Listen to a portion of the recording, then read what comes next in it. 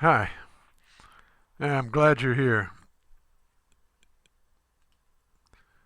What I want to talk about today, the week 4 discussion questions ask for you to describe two models of leadership, and then also there's a question on um, gender and leadership. But I want to talk a little bit about leadership, and I want you to know you're not limited on the models that you can select and use for this discussion question. Our text does a nice job of reviewing different types of leadership models. They cover the trait models and they focus on the big five, and they also talk about technical, conceptual, and interpersonal characteristics. And then there's behavioral models.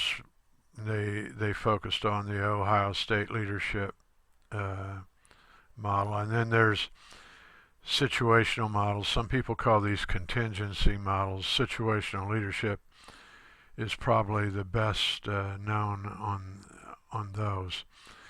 Um, there's also charismatic leadership, and I would say,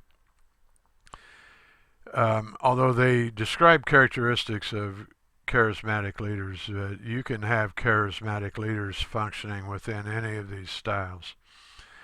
Um, I used to think that charisma was something you either had or you didn't, and I was doing a training. It was with doctoral students, and I met a woman. She was introverted, and pretty much acted introverted in class. And she said that she was being mentored by a charismatic leader, and she was learning how to become a charismatic leader. And I thought, that's interesting. I didn't know that you could learn that. And in this, it was at a residency, so everyone had to present information. And when it was her turn to present, when she got in front of the group, she was charismatic.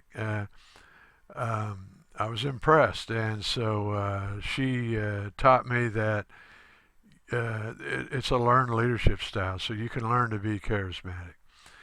There's transformational leadership, and that's probably the most popular model in academia right now, especially the MLQ by Bass and Avolio that focuses on transformational, transactional, and laissez-faire leadership styles. I actually think that all three of those styles, there's an aspect of all three of those styles in with every leader. In other words, there's times the leader focuses on transformational leadership. There's times they have to provide direction and support to transactional to their subordinates, and then there's times they're doing a task and when they're not leading, so they're laissez-faire. The text also covered the Machiavellianism and how that applies to power. There's also another early work, not mentioned in the text, but still seems to be relevant, is the early work of Lewin and Lippitt that focused on authoritative, participative, and laissez-faire.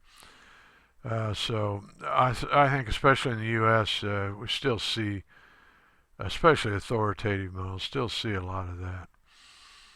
Um, then there's EQ-based models, primal leadership by Goldman, Boyatzis, and McKee. Then the more recent resonant leadership by Boyatzis and McKee. Executive EQ by Cooper and Sawaf. I might say also Wigglesworth, um, in her recent book SQ21, it wouldn't surprise me to see that evolve into a leadership model. Then they have what you call normative models. Normative just simply means they're based on values, so that would include transformational leadership. Uh, Stephen Covey's principle-centered leadership fit here. Peter Block's stewardship, Robert Greenleaf's servant leadership, and Jim Collins' level 5 leadership. And I want to spend a little bit of focus on servant leadership. The text doesn't cover it, and I think it's a model that's growing in popularity. It was first. The name was first coined by Greenleaf in 1970. Actually, very first name used was called ethical leadership, and he was inspired by the novel Journey to the East, written by Hermann Hesse. And Hesse wrote the novel in the 50s. And this, as the story goes, Greenleaf bought this novel to entertain him on a flight to Europe, and the novel's about a servant named Leo who's actually the leader. And so that got Greenleaf reflecting on this whole notion of servant leadership. So a servant leader places the needs and service of others over self-interest. Wouldn't it be nice if we had some servant leadership in government today? It's an approach to leadership that focuses on enhancing personal growth of people while improving the quality and caring of organizations. Some characteristics of servant leaders. Listening is a foundation of leadership. They have empathy, and there's a lot being written on empathy. We talked a little bit about Rifkin and his focus on empathy. Healing is a part of this, addressing the spiritual side of leadership, and that's why I think Wigglesworth eventually will create a leadership model. Awareness, keeping in touch with ourselves and others, which notice that's an EQ element. Persuasion, beginning with the end in mind. This sounds a little bit like Covey, huh? And conceptualization, seeing the big picture, so there's an element of transformational leadership here. Foresight, plotting the course. Foresight's very important today because time frames are so short. You have to depend upon the leader to foresee what's going to happen within the next 18 months or so. Stewardship, being accountable and sharing control. Commitment to the growth of people and building community. Servant leaders, they have a calling to lead. In other words, they're not leading because they want to make a lot of money. They feel like it's the right thing to do. And they're aware of their values, and their actions are in alignment with their values. In other words, they're congruent. The servant leader has the desire to develop and grow. One of the things that really differentiates servant leadership from other models are the measures of effectiveness. And you can see right away, do those being served by the leader grow as persons? In other words, are they healthier? Are they wiser? Are they freer, more autonomous? And are they likely to become servant leaders themselves? And I really like that measure.